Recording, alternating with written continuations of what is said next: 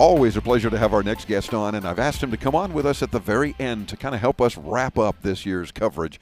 And with what voices we both have left, we're going to work on that. He is the Senior Vice President for Communications and Strategic Relationships. I still don't know what strategic relationships are for CEA, the Consumer Electronics Association, the producers of CES, Jeff Joseph. Jeff, welcome back. How are you? Dave, I'm fine. Thank you so much. And first, let me say congratulations on 20 years. Thank you. We so appreciate your being here. You know, it's such an important part to have people like you here telling your audience about all the great technology and innovations that we see here this week. So thank you very much and congratulations. Thank you, sir. It's our pleasure because we certainly have a passion for consumer tech, as you do, and all the CEA staff, and we wouldn't cover anything else. I mean, I've done other talk radio over the years, you know, but before 20 years ago and everything else, and it never had the fun, never had the passion that we and the team have had these 20 years covering consumer tech. So we love it, and as long as you'll have us, we'll keep being had.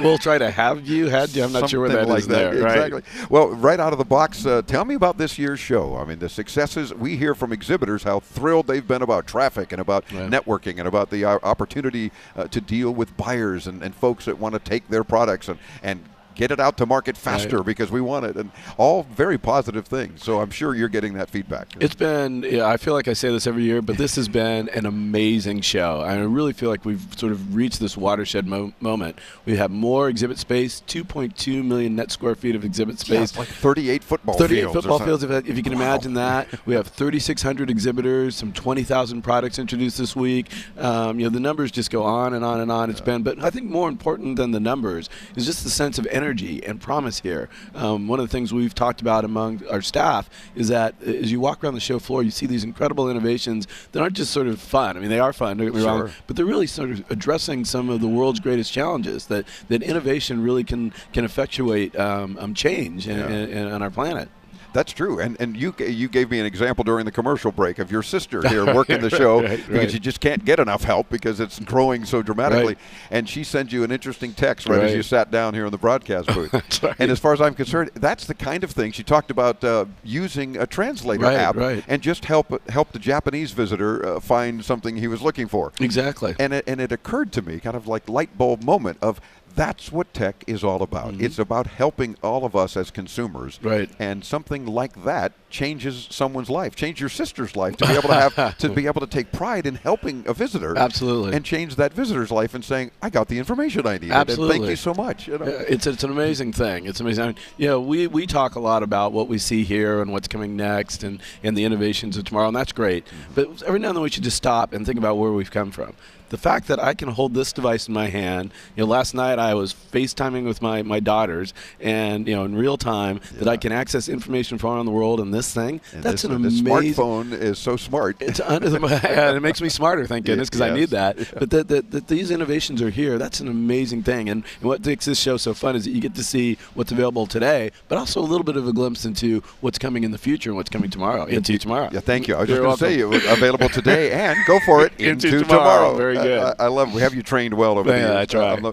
Speaking of lots of stuff that's here, a lot of car manufacturers here. I think all but one holdout so far, and they're just busy, I guess, trying to sell cars or whatever. But the others, that shows incredible progress in technology and connected vehicles as well. That's exactly right. You know, we have 10 auto manufacturers here this year, which is a record. And they come here because cars are now really mobile technology platforms, right? You know, it's not just about fuel efficiency or speed or miles per gallon. It's about the technology and the ability to integrate. And I think that's one of the other great stories about this year's show. You know, this place used to be about, the show used to be about really smallly defined consumer technology, audio, video, gadgets and gizmos. Now we've got the Hollywood community here. We had physicians, doctors who are looking for that next technology medical application. We've got the auto industry. We have marketers.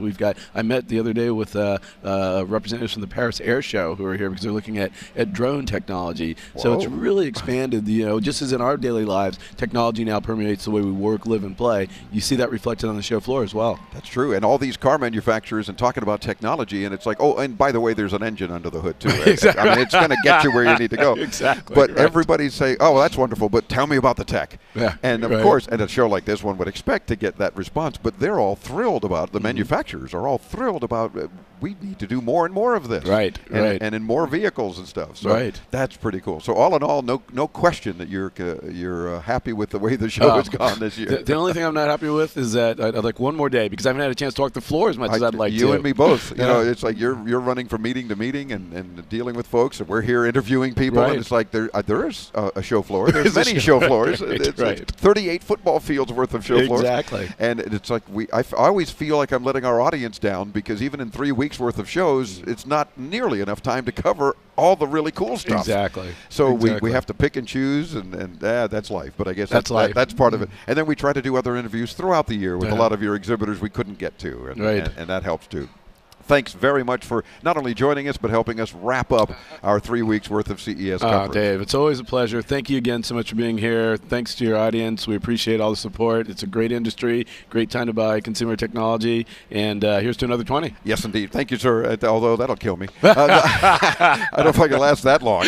I keep wanting Chris to take over, and he's expecting his son, but his son's only 2. So I'm not going to wait that long either. No. Got to change the name on the logo one of these days, and actually come and see the show. Right. You know, hopefully you'll still let me in as a member of the press. We will let you in. But I would just like to walk the show and talk to people, and not just have to interview all the time and not see it. But anyway, we thank you much, and CES is such an important part of what we do.